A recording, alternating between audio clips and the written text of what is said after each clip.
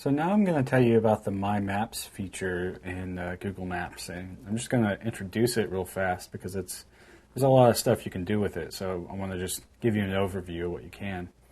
First off, it's right here, right next to the Search Results tab. There's a My Maps tab, and remember to use this, you'll need to be signed in to your Google account, and I am signed in. This is why it's available to me. So what the My Maps feature is it lets anybody just use the simple tools like add a location, add a whole area or a shape, and then add a line to just make their own map. And you can, at each location, you can type in some text about it or use a picture if it's from if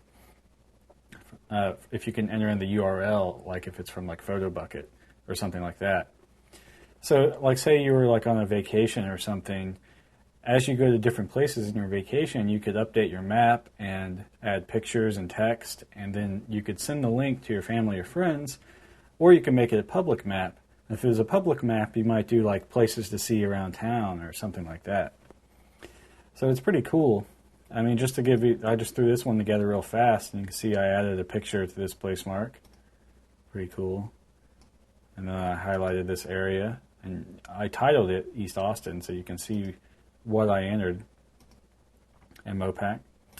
So this is how you create your own map, but there's also lots of public maps. Like you can view public maps that anybody makes public, or you can even, they have just different like general maps you can check out, like the photos from Picasa web albums.